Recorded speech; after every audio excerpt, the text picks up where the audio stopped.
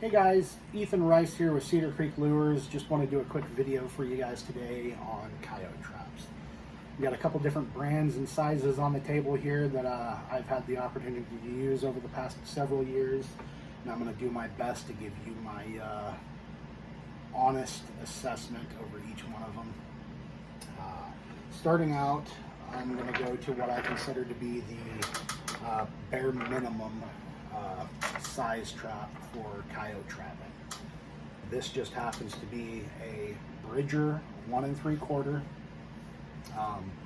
It's a fine size trap. It's a little bit small for what I like. That's just my preference. The one thing I will say about this trap is the components that go into making this trap don't always withstand the abuse that coyotes can dish out. So I have a couple of traps on the table here that I feel the same way about. But yeah, if you're going to go out and try to trap coyotes, I'm not saying you can't do it with a smaller trap, because you absolutely can, but if you want to keep your success rate high, I wouldn't go much smaller than this. So to remedy the issue about the components giving up on you, you can step up into a 550 style trap. This just happens to be a Duke 550 Offset Pro Series. I have nothing against the NB traps. I have plenty of them. This just happens to be what I grabbed for an example today. So if you want to step up, you can go into the 550 round. But some traps that I have here that are considered coyote traps that I really wouldn't even bother messing with, just because of how much work you have to put into tuning them and keeping them up and running, is the Duke number 3. In my opinion, it will get the job done, but you're going to have to stay on top of these things to keep them running right. So same thing with some of these older Victor low lever number 3s. I find that I've had way too many pullouts with these guys. They just don't have the lockup that you need when trapping coyotes. Did they used to do it back in the day? Yes, but a lot of technological advancements have been made in the way some of these traps are made.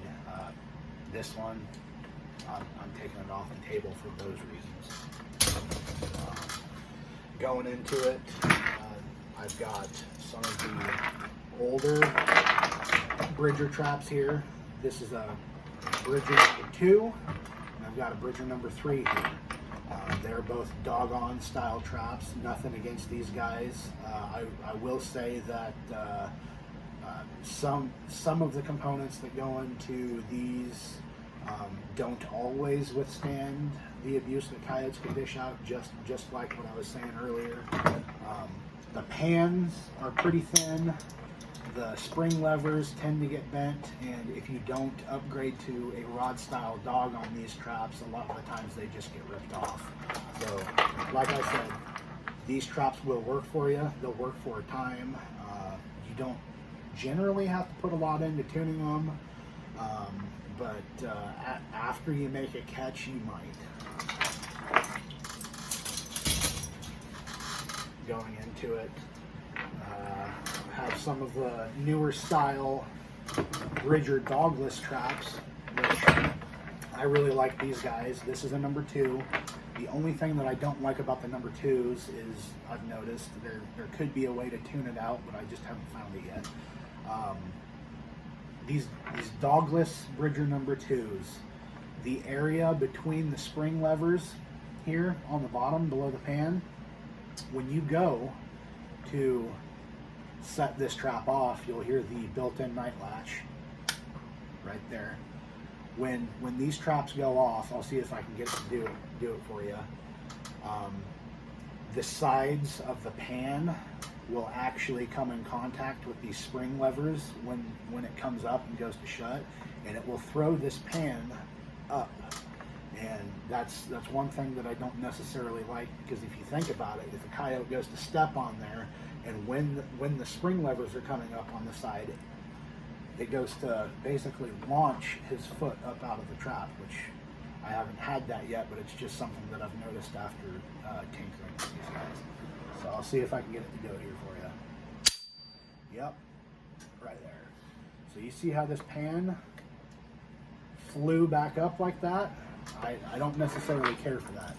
So my remedy to that problem is I went to the Bridger number 3 dogless. This is the Bridger number 3 dogless, fully modified, base plated, center swiveled, offset, fully modified, just like I said. You don't have that issue with these Bridger number 3s. There's enough room between the bottoms of these spring levers down here that when this pan goes all the way down, it's not going to get thrown up. This one's got a built-in night latch as well, right there. I find that I don't generally have to do a whole lot to keep these traps running. They're built really well, pretty cost effective. They're just great traps. I've got quite a few of these. This is actually what I've been leaning towards. But I'll set it off for you here, and I'll show you what I mean. So you see how that pan didn't want to jump back up like that? So I can actually touch the base of the trap here with the pan, go all the way down with it, and look at all that kill area. That's decent sized pan, strong trap, it's fast, it locks up really well. You can see how high these spring levers come up on the jaws, and that helps. That helps a lot. This is one of my favorite traps. Going into it, if you don't want something that big, you can go into the K9 Extreme Juniors. This is the number 2 size trap. Everything on this trap is way overbuilt. It's going to handle any and all abuse a coyote can throw out. I've never had any issues with it, and I've never heard of anybody having any issues with these things. They're overbuilt for what they are. They're a little bit pricey, but in this instance, you get what you pay for. So unlike the Bridger number 2 dogless trap that I just showed you, where I was having the issue with the pan going all the way down and contacting the spring levers, this trap, the pan isn't as wide as what the Bridger number 2 dogless is. So this trap will get set off, and the pan doesn't fly up like it used to on the Bridgers. So this pan here, just like the Bridger number 3 that I like, you can take the pan here and push it all the way down against the base plate there. You can hear it making contact. This is a pretty good option as well. You are going to have to pay for it. So, getting into this, going back to the 550 style traps. So nothing wrong with these. Still on the smaller side for what I like, but you're going to catch a lot of coyotes with these. The only things that I don't like about them is you can't adjust the pan tension on these without having to bend the rod style dog up. And even on this one, you can kind of see that pan's not necessarily perfectly flat, which you can adjust that, but on the other dogless style traps, I haven't had to do much adjusting at all. So this next trap I'll show you here is a Duke 650 Pro Series offset. It's the bigger brother to the Duke 550. So everything's pretty much the same on this trap that I was telling you earlier.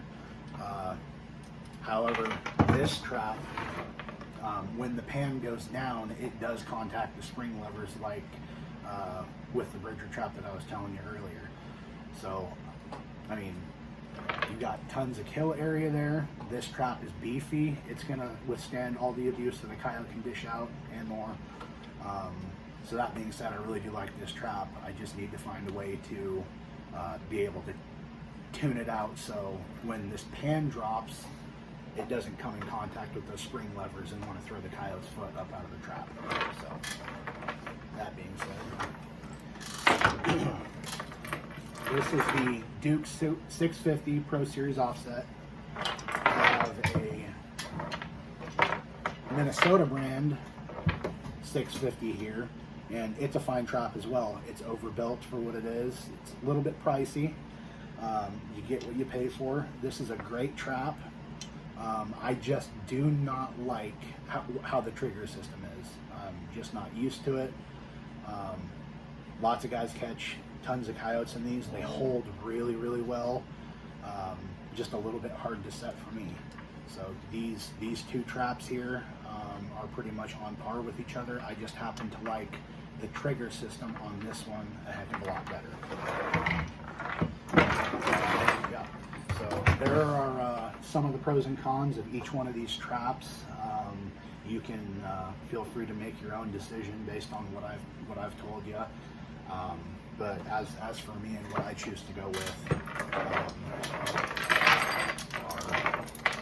are these two traps here. I love the No BS Extreme style traps, the Extreme and the Extreme Junior. I do not have the Extreme yet. Need to get a couple of those in and try them out, but they are pretty much the same as the Bridger No. 3 fully modified dogless traps. The K9 Extremes are just built quite a bit beefier, but you're going to pay for them. So for the money, I think these Bridger No. 3 fully modified dogless traps are what I'm going to continue to go with. I really like them. They've stood up to the abuse. I haven't had any bent parts. I don't have to tweak on them a whole lot, and they're extremely easy to set.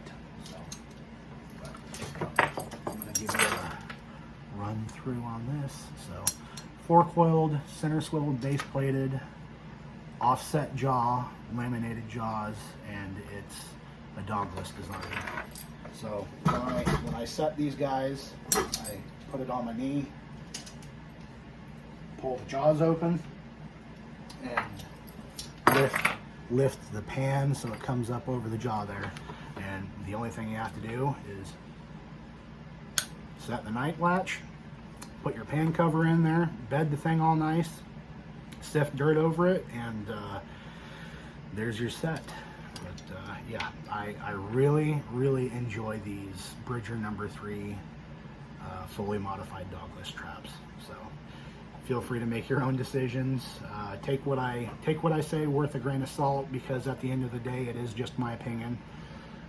But hope I can steer some of you guys in the right direction for what you're looking for. Thank you.